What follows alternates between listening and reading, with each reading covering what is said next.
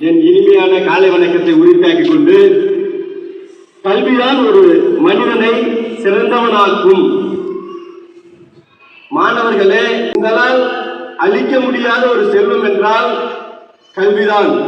அதுக்குதான் நம்ம திருவள்ளுவர், ஐயன் திருவள்ளுவர், தொட்டனை தூரும் அதற்கேணி மாந்தரம் கட்டளை தூரும் அறிவு. ஒவ்வொரு மாணவர்களும் தொடர்ச்சியாக கல்வி பாட புத்தகங்களையும் பொது அறிவு புத்தகங்களையும் தொடர்ச்சியாக படிக்க வேண்டும்.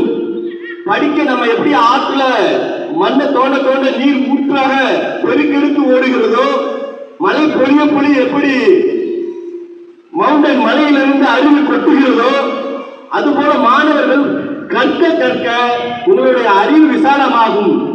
அதுமாரி நாம் கற்பது கைமண் அளவு, கல்லாதது உலகளவு என்று கூறியிருக்கிறார்கள் தமிழ் அறிஞர்கள். நாம எவ்வளவு படிச்சாலும் படிச்சது சிறந்ததாங்க. அது நாங்க ஆசிரியராகிய நாங்களே சந்திச்சு கொண்டிருக்கோங்க.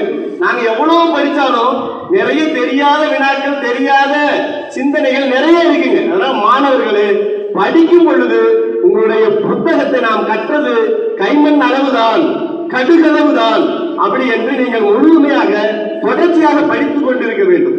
அதுமாதிரி அம்பேத்கர் சொன்னாருங்க, டாக்டர் அம்பேத்கர் அவர்கள் என்ன சொல்றாருன்னா, கற்பி, படின்னு சொல்லல, கற்பி என்று சொல்லியிருக்கிறார். நீ முதல்ல படிங்க, அதன் வழியில் நிற்க வேண்டும், பிறகு நீ பாடம் நடத்து, அது சமத்துவத்தை ஏற்படுத்தும் என்றார். பகுத்தறிவு பெரியார், படிக்க வேண்டும், சிந்திக்க வேண்டும், அப்பொழுதுதான் உனக்கு சுயமரியாதை ஏற்படும் என்றார். காரல் மார்க்ஸ், கல்வியால் உருவானது மூலதனம். ரைட் பிரதர்ஸ், அவருடைய கல்வி அறிவால் உருவானது விமானம். ரைட் சகோதரர் முகமது அலி, சவுக்கத் அலி, முகமது அலி என்ற இரண்டு கல்வி பெற்ற இளைஞர்கள் உருவானது கிராபாத் இயக்கம். அதனால் மாணவர்கள் கல்வி கற்க வேண்டும். மீண்டும் நம்ம திருவள்ளுவர் பொருளை நினைவுபடுத்துகிறேன், சரிங்களா? அதாவது தொட்டதூர் மணற்கேணி போல இல்லாமல் கற்க கசடர கற்பதை கற்றபின் நிற்க அதற்கு தக என்றார்.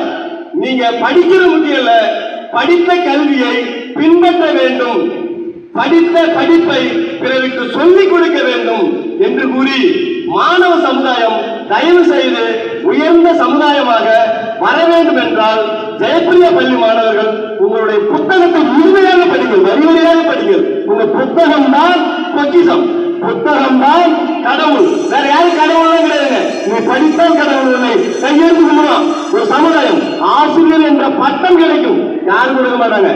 ஆசிரியர் என்ற பட்டம் அனைத்தையும் உருவாக்கக்கூடிய ஒரே பட்டம் ஆசிரியர். அந்த ஆசிரியர் சொல்லை கேட்டு உனக்கு புத்தகத்தில் இல்லாத விஷயங்கள் எதுவுமே இல்லை, புத்தக கல்வியை சிறப்பாக படியுங்கள், அதன் வழியில் சமுதாயத்தை மேம்படுத்துங்கள் என்று கேட்டு விடைபெறுகிறேன். நன்றி, வணக்கம்.